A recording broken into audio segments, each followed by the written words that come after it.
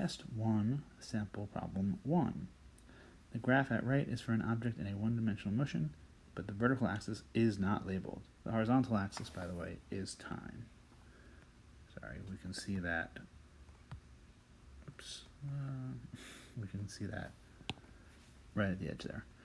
Part A says, if the vertical axis is position, does the object ever change direction?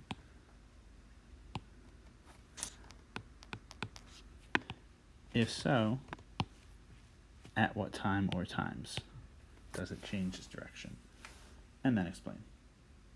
So, to change direction, this is a statement about V. Alright, so to change direction,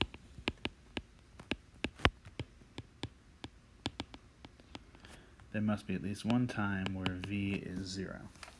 The only way to stop going forward is to come to rest before you can start going back. It's the only way to go backwards, to stop going forward, and vice versa. So then our next thing is, on this kind of graph, which is in this problem an xt graph,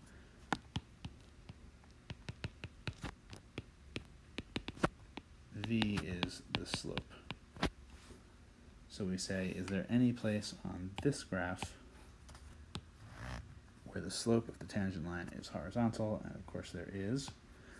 Right here.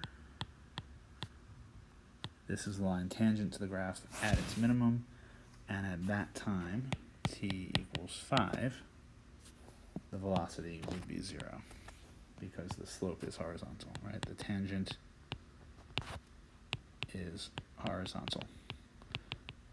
And the line that's horizontal has a slope of 0.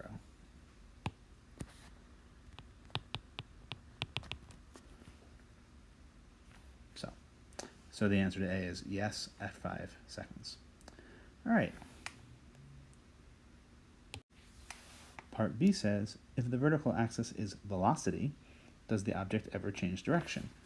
If so, at what time? And when does that occur? So again, we want to know, does it change direction? And if so, at what time? If the vertical axis is velocity. So now we have V over here.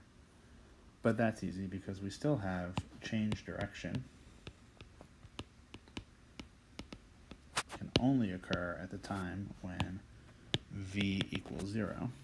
But now we have a graph of V, so this is the velocity. So I'm just saying, is there ever a time when this is 0? And now it's almost insultingly easy because wherever a graph crosses the horizontal axis, its value is 0. So we see that occurs at t equals 2 and occurs at t equals 8.